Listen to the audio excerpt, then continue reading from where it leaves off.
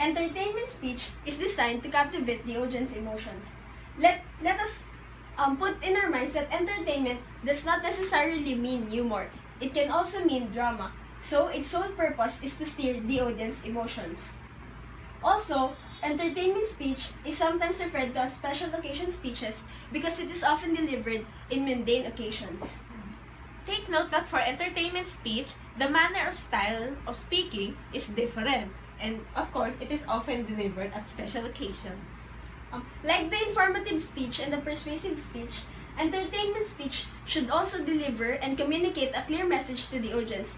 But the difference is the manner or the way of speaking. So you should also communicate a clear message to the audience, but in a different manner or in a different way. That way is, of course, steering the emotions of the audience. That's what they said. Now, there are many examples for entertainment speech. One is a toast at a wedding.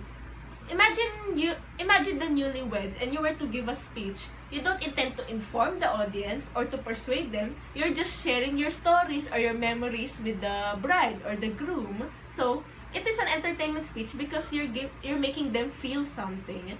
Just like an acceptance speech, when you receive an award, you like to thank the academy, thank the audience, thank your fans for this reward, and that you are very thankful for all of them for giving you the support and the love.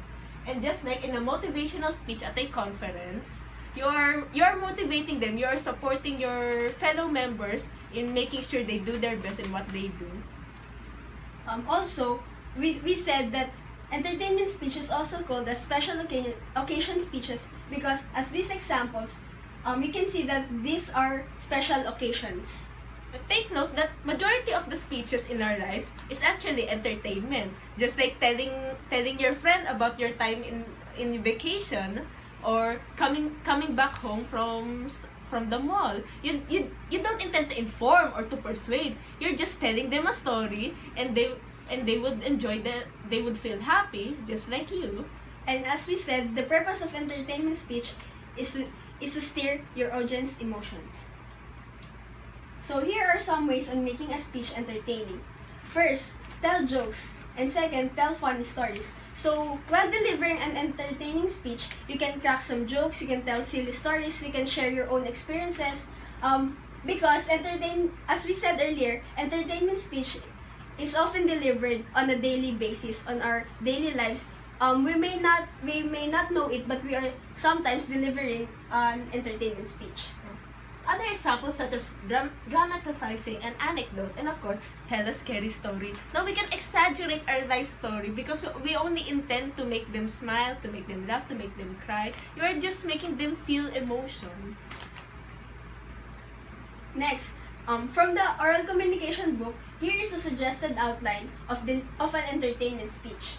Just like every other speeches, there should be an introduction, a body, and conclusion. But what entertainment speech differs to other speeches is such as the above. You can open with an anecdote or a funny story which captures the interest of the audience. The intention of the entertainment speech is to steer the emotions, to capture the audience's attention. So, of course, if you're going to deliver a message, you can start up with a story so they will actually be more receptive to whatever you have to say for the later parts. For the body, you may use any techniques like talk about the series of events that made you think of your main message. Use a humorous quote which highlights your message and share related stories and anecdotes of others. So in the body of entertainment speech, you can share some stories, you can deliver an anecdote or you can tell stories of yourself and other people, but take note that your purpose is to steer the emotions of the audience. Yes, and finally for the conclusion, since every speech needs a conclusion, you could continue the normal way, which is recalling the main points, recount your main message, or make a final statement which connects to the opening anecdote, the story where you started off, and you could repeat it at the end, where audience would be actually surprised in the change that there was made in your speech. Just like any other speech, when you conclude, you can go back to your introduction where you ask some questions or share some insights. You can answer your questions in the introduction from your conclusion. There are many steps in writing an entertaining speech. First is choose choose a light topic. You only intend to make the audience feel emotions. So why do it heavily? You could choose a light topic, tell a funny story or an embarrassing scene from your life, from your young life. You could choose a light topic and it would deliver the same intention, which is for the audience to enjoy listening to you. Next one is enjoy. Just like any other speeches, when you deliver a speech, you should love what you're doing. You should enjoy. And if you enjoy, so will the audience. You should make the audience feel that you like what you're doing and that you are enjoying sharing some stories and sharing some jokes, and by doing so, by enjoying, your audience will more likely like your speech. And then simplify. Shouldn't be mentally exhausting. You don't need to overcomplicate things because just like I said, you only intend for the audience to laugh with you, to share your emotions. So you should simplify. Next, visualize. Use vivid and descriptive words. So as you tell your story, as you tell your speech, you should let your audience feel that they are in the story or in the plot of your stories. You should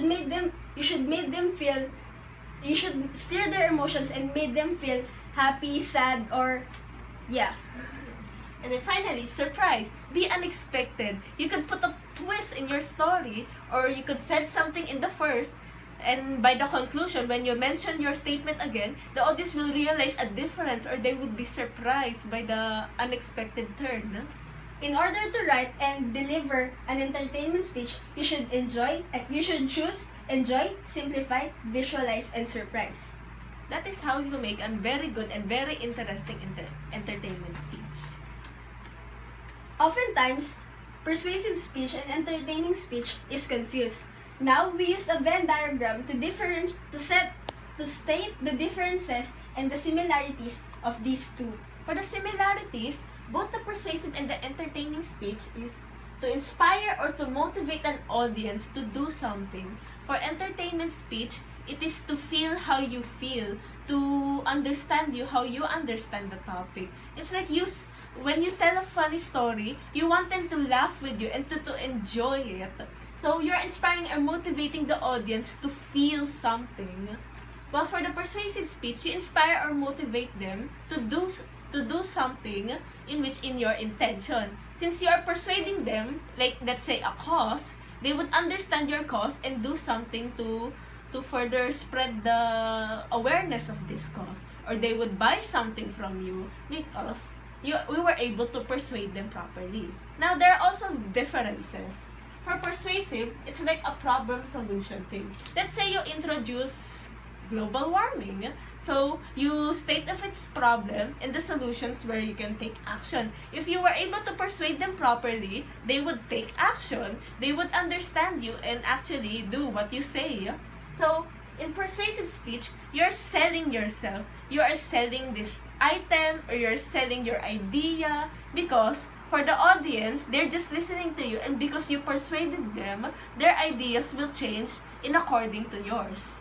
Now, for entertainment speech, like I said before, your intention is to entertain, to give them emotion, to give them life. So, you're also giving information, but to an extent where the audience would feel just like you feel. They would be persuaded, but they would be persuaded in terms of emotions. Next.